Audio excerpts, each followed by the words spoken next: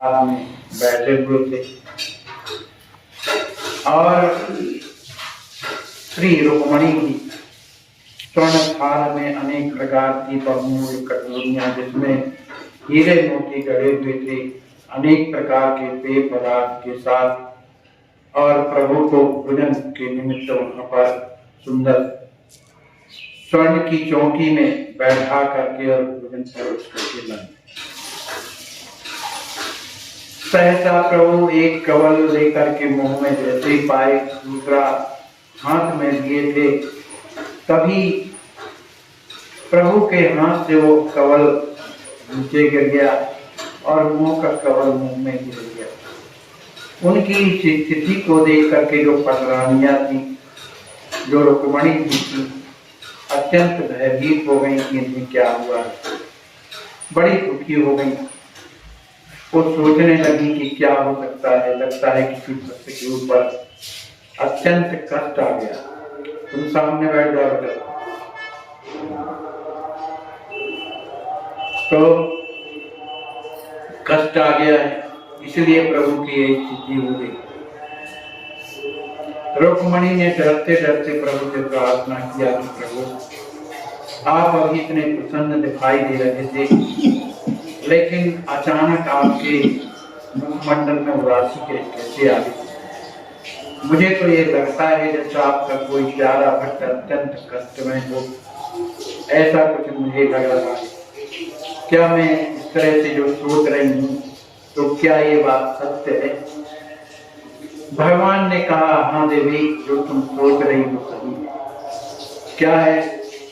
कहा, इस समय द्रौपदी की लाज लुट रही है और उसको निवृत्त करने में लगा हुआ है। तो वही स्थिति में उसे बड़ा कष्ट हो रहा है। तो रुक्मणी जी ने प्रार्थना किया, जब इतना कष्ट द्रौपदी को हो रहा है तो आप जाते क्यों हैं? भगवान ने कहा, क्या करूं, वो मुझे नहीं पुकार रही। वो अपने दांतों का सहारा लेकर के साड़ी को दांतों में दबाए हुए, वो सोचती है कि ऐसे मेरा शरीर जो है नहीं पड़ेगा, इसलिए बड़ी मजबूती से दांतों से दबाए हुए। अब तुम ही बताओ, जब वो मुझे कुछ कह नहीं रही, पुकार नहीं रही, तो मैं कैसे जा सकता हूँ? अचानक जब दुशासन ने झटका दिया तो वो दांत की जो साड़ी थी वो अलग हो गई। अब वो निरुपाय होकर के, हे केशव, हे यदुनंदन, मेरी रक्षा करो, इस तरह का जब पुकारने लगी तो भगवान वहां पर वस्त्रावतार में प्रकट हो गए और दुशासन साड़ी खींचते खींचते थक गया, लेकिन केवल द्रौपदी के शरीर से वस्त्र खाली नहीं। कहने का मतलब यह है कि जब तक आदमी अपने साधन का बल, अपने बल रखता है, तब तक भगवान की कृपा उत्पन्न नहीं होती। जब सब छोड़ करके जब भगवान के भरोसे रहता है, प्रभु करो जो आपकी इच्छा। द्रुपद सुधा निर्मल भई तादिन गहि लाए जिन धाम, दुस्साहसन की भुजा थकत भई वसन रूप भय श्याम, सुनेरे मैंने निर्बल के बलराम। जब तक मनुष्य दूसरे का आश्रय लेता है, अपने बल का भी आश्रय लेता है, तब तक भगवान उसके बल के अभिमान के कारण की सहायता नहीं करते। लेकिन जब उसकी स्थिति ये आ जाती है, वो निराशा हो जाती है कि मेरा तो प्रभु के अलावा कोई नहीं, तप बल, अपबल और बाहुबल, चौथा है बलदाम, सूर्य किशोर कृपाते सब बल, हारी को हरिनाम, सुनेरी मैंने निर्बल के बलराम। किसी का मोर दास कहाय नर आसा, करी तो कहाऊ कहा विश्वासा। उसको मेरे विश्वास पर भरोसा नहीं है, इसलिए तो दूसरों का विश्वास करता है। यही स्थिति जगाई मघाई के ऊपर जब कृपा हो जाती है, आज दोनों भाइयों का हृदय बदल गया।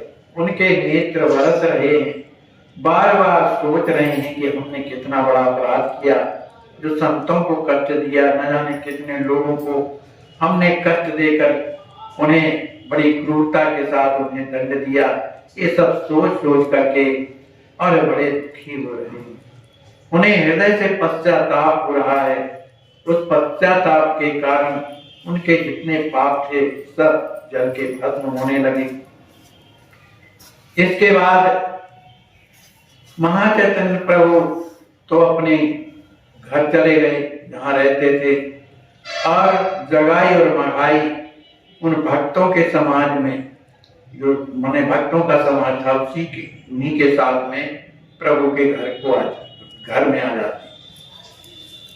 इसके बाद जब घर में आ जाते हैं तो उनके हृदय में बड़ा सुख है, पश्चाताप है कि हमने अकारण संतों को परेशान किया, हमने जीवन दूसरों को कष्ट देने में खपा दिया है।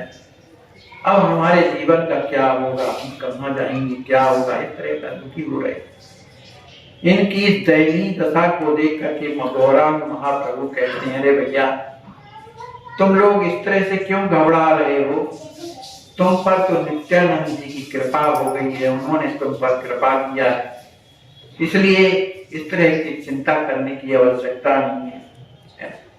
वहां पर बहुत से भक्त बैठे थे, पुंडरीक जी, विद्यानिधि, हरिदास, गरुण, रमाई, पंडित, श्रीनिवास, गंगाधर, बक्रेश्वर, चंद्रशेखर आदि अनेक भक्त वहां पर बैठे हुए थे। और इन दोनों भाई की दीनता को देख देख करके उनके भी हृदय में लगता था कि देखो ये दोनों भले किसी समय पर दुष्ट रहे हों, लेकिन आज इनके ऊपर भगवान की कैसी कृपा हो गई कि इन दोनों के हृदय में प्रेम भर गया, इनके नेत्र बरस रहे। गौरांग महाप्रभु उन्हें दोनों को समझा रहे कि अब तो तुम्हारे ऊपर कृपा हो चुकी है श्रीपाद की, इसलिए चिंता नहीं करना चाहिए।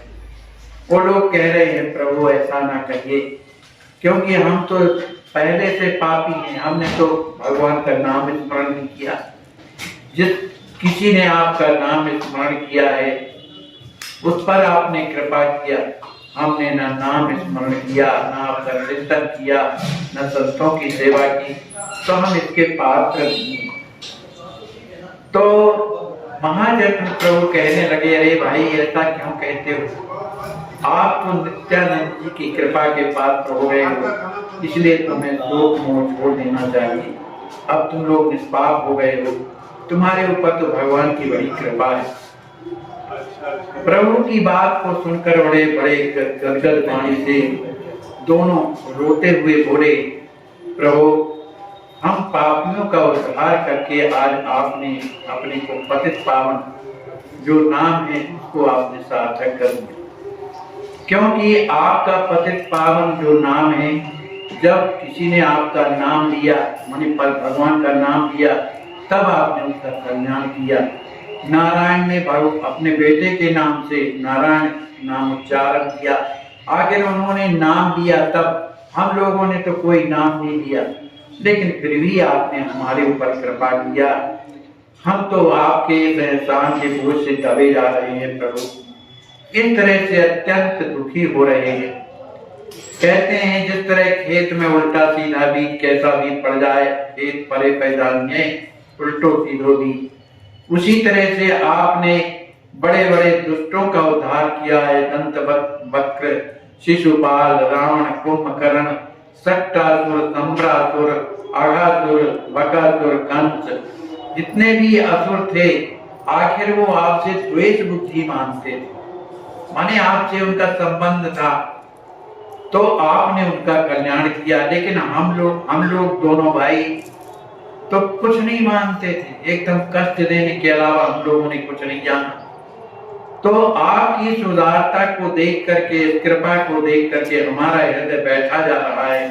हम क्या कहें आपके लिए, आपकी सुधारता।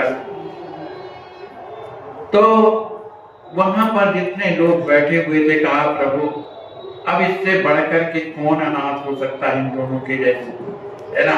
अब तो इन लोगों के ऊपर कृपा ही होनी चाहिए।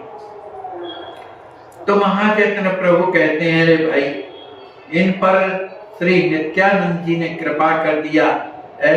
चक्र ऊपर से आ रहा था तो नित्यानंद जी ने कहा कि भाई ये चक्र का काम नहीं है, कि इनका आप जो है इनके जीवन को समाप्त करो, बल्कि इनके जीवन को बदलो। उनके हृदय में कितनी माने हृदय में प्रेम था, यद्यपि इन्होंने मारा भी, उनके सिर से खून निकल रहा था, सब कुछ, लेकिन संत हृदय होने के कारण उन्होंने प्रार्थना की, प्रभु आप ऐसा मत करिए।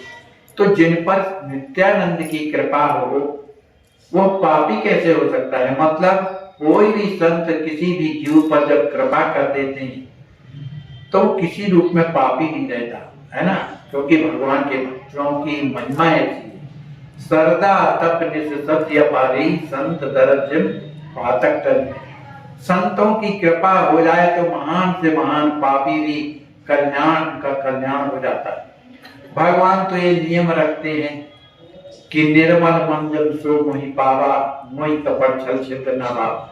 लेकिन संत ऐसा नहीं सोचते, वो तो सोचते हैं कि जो महान से महान नास्तिक है, जो कभी भगवान का नाम स्मरण नहीं करता, ऐसे का कल्याण होना चाहिए। इसीलिए वो सब जगह संत सुखी विचरंतमयी, संपूर्ण संसार में बेचारे घूमते रहते। उनका प्रयोजन कोई पैसा कमाना नहीं होता, वो सब जगह जा जा करके जो भगवान से दूर जो हैं, जो बड़े दुखी हैं, संसार में फंसे हुए हैं, उनको निकालने के लिए वो इस तरह का प्रयास करते हैं, इस गांव से उस गांव। देखो संसार में जितने भी हम आप लोग हैं सब क्या हैं? रोगी। कौन रोग है? भव रोग लगा। और वैद्य केवल दो, एक होते हैं सद्गुरुदेव भगवान और एक होते हैं भगवान। भजामि रामम भव रोग वैद्यम। भव रोग के वैद्य कौन है? राम जी महाराज। और दूसरे हैं सदगुरु वैद्य, सदगुरुदेव भगवान भी वैद्य। तो इन दोनों में अंतर क्या है? इन दोनों में अंतर ये है कि जो वैद्य जो भगवान है, उनकी जो डिस्पेंसरी है, जो माने औषध औषधालय है, वो चलता फिरता नहीं, वो स्थायी रहता है। इसीलिए उनके बोर्ड में लिखा रहता है निर्मल मन तो नहीं पाओ, जो निर्मल मन के आए वो मेरे पास आए। लेकिन जो संतों का जो औषधालय है वो चलता फिरता होता है ना, इसलिए वो जहां भी जाते हैं तो मरीजों को ढूंढते रहते हैं, भैया कोई इस गांव में इस तरह का हो तो आओ भाई हमसे मिलो। और वो बिना कारण के उन पर कृपा करके उसे ठीक कर देते हैं। सदगुरु वैद्य वचन विश्वासा, संयम यह न विषय किया था, है ना। रघुपति भगत सजीवन पूरी, अनुपान श्रद्धा मति पूरी है। तो जो सदगुरुदेव है, जो संत भगवान है, बिना कारण के लोगों को के ऊपर कृपा करके उसे भवरोग की दवा देते हैं। भवरोग की दवा क्या है? रघुपति भगत संजीवनी मूरी। राम जी की भक्ति प्रदान करके वो क्या है? संजीवनी बूटी है, जिसमें लोग ठीक हो जाते हैं। आज महाप्रभु इसी स्थिति में है। इन दोनों के ऊपर उन्होंने कृपा किया। इसके बाद लोगों ने कहा प्रभु अब तो इनका उद्धार हो ही गया है, और क्या नाम से अब ये जीवन में तो इतना बुरा कर्म किए हैं इन लोगों ने कि आज तक कोई लेखा लिखना चाहे तो नहीं लिख सकता, है ना। लेकिन भगवान की कृपा हो गई। तो कहते हैं तो वहां पर जो अद्वैताचार्य जी बैठे हुए थे जाने हैं, उन्होंने भगवान की उदारता को, महाचैतन्य प्रभु की उदारता को देख करके और जगाई मगाई के जीवन के परिवर्तन को देख करके उन्होंने एक बात कही, मूकम करोति वाचारम पंगुम लंघयते गिरिम यत् कृपा तहं वंदे परमानंदमान। भगवान की कृपा हो जाए तो जो मूक आदमी है वो बोलने लगता है ना, जो उसके पैर नहीं, चलने की सामर्थ्य नहीं, वो भी पहाड़ को लांघ सकता है। उनकी कृपा से क्या नहीं हो सकता है? ये तो आपकी कृपा है जो इन जगाई मगाई पर किया। जगाई मगाई प्रभु की स्तुति कर रहे हैं, हाथ जोड़े हुए हैं, लेकिन उनके हृदय में प्रेम भरा हुआ है।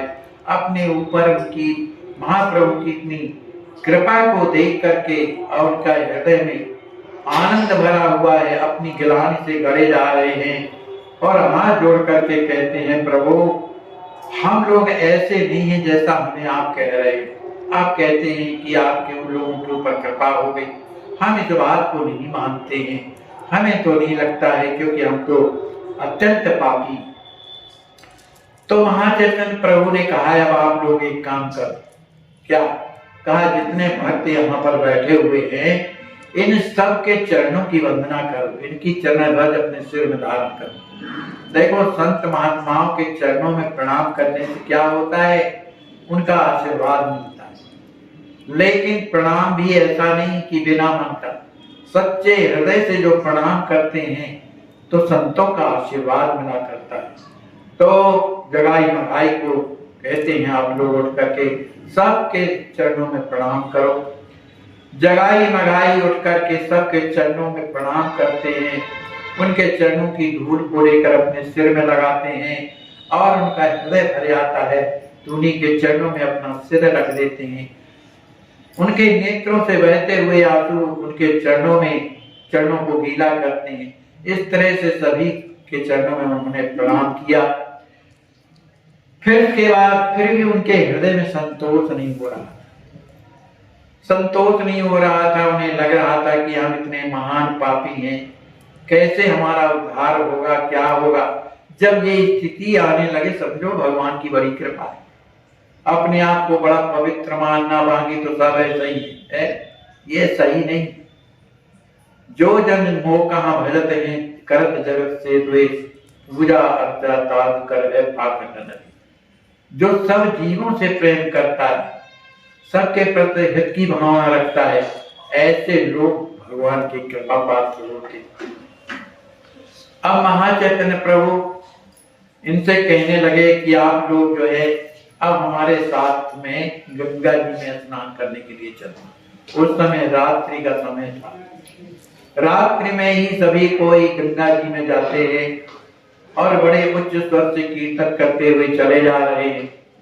कीर्तन की सुंदर आवाज को सुनकर, जिसमें मृदंग ढोल सब बज रहे हैं, उनकी आवाज को सुनकर के लोग जो सो नहीं रहे थे उठ करके आते हैं। कोई भोजन कर रहा था रात्र में ब्यारी, वो भी छोड़ करके सब वहां आ जाती। वहां बहुत बड़ी भीड़ लगती, क्योंकि नदिया के बगल में ही गंगा जी बह रही थी। नदिया गांव नाम है, बगल में गंगा जी बह रही थी। सब कोई गंगा जी में प्रवेश कर गए, गौरांग महाप्रभु प्रवेश कर गए, नित्यानंद जी भी प्रवेश कर गए और जगाई मगाई भी प्रवेश कर गए। उसी समय पर महाचैतन्य प्रभु कहते हैं जगाई मगाई, आप लोग तो जगन्नाथ और माधव नाम था उनका, जगाई मगाई तो लोग जल्दी कहते हैं। कहा जगन्नाथ और माधव दास जी अब आप लोग अपने हाथ में जल ले लो, गंगा जी का जल ले, और यह जल जो है वो मुझे आप लोग समर्पित कर लो, जिससे तुम्हारे जितने भी पाप है वो सब मुझे प्राप्त हो जाएंगे। इस बात को जब गौरांग महाप्रभु ने कहा तो दोनों भाइयों ने जो जल ले लिया था अपनी अंजलि में उसे वहीं फेंक दिया। अरे प्रभु ये क्या आप कह रहे, जन्म जन्मांतर के हम अपने पाप, इसी जन्म के तो इतने पाप हैं, आपको हम दे दें, ये दे दें तो ये माने हमसे ये देखा नहीं जाता है। लेकिन किसी तरह से महाचैतन्य प्रभु ने समझाया और श्री हरिदास जी महाराज ने समझाया कि ये सर्व समर्थमान, इनका पाप कुछ भी नहीं बिगाड़ पाएगा, इसलिए आप लोग अंजलि में पानी ले लो। जैसे ही जल ले लिया तो नित्यानंद जी ने संकल्प किया पापों का, इतना समस्त पाप है वो आज के बाद इनमें ना रह करके महाचैतन्य प्रभु में चले जाए। और जैसे ही अंजलि में पानी लेकर के महाचैतन्य प्रभु के अंजलि में डाला तो वो निष्पाप हो गए। उन दोनों का शरीर जो कुछ कुछ काले रंग में था पाप के कारण, वो एकदम से चमकने लगा। इतना सुंदर स्वरूप दोनों का हो गया और गौरांग महाप्रभु का जो शरीर था एकदम काला हो गया पाप के कारण। बड़ी देर तक लोग गंगा जी में स्नान करने लगे। स्नान करते हुए प्रभु ने सबको धैर्य बंधाते कहा, भाइयों तुम लोग घबराओ नहीं, अब तो तुम्हारे पापों का प्रायश्चित पूर्ण रूप से हो गया, अब तो सिर्फ विशुद्ध हो गए हैं, इसलिए अब आप लोग सब मिलकर के कीर्तन किया करिए। इस तरह से जब निष्पाप बना दिया तो नित्यानंद जी महाराज ने उन्हें हृदय से लगाया, महाचैतन्य प्रभु ने भी उन्हें हृदय से लगाया। हृदय से लगाने के बाद सब लोगों को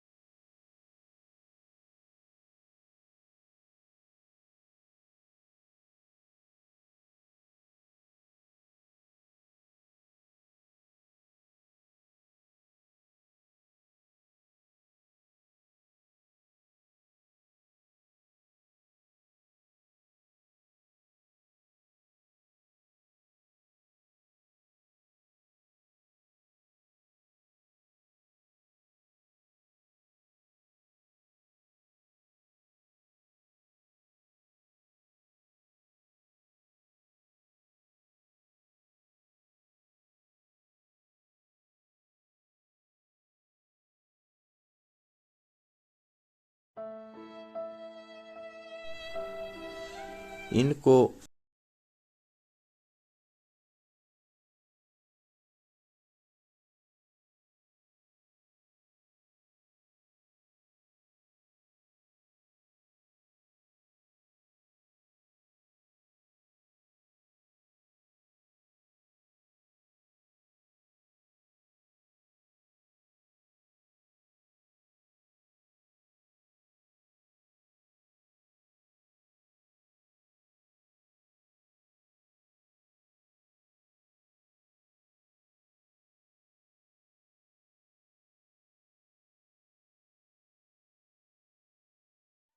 आपकी अस्वस्थ सेवा ट्रस्ट के द्वारा इन्हें लखनऊ मेडिकल कॉलेज भेजा गया है ऑपरेशन के लिए।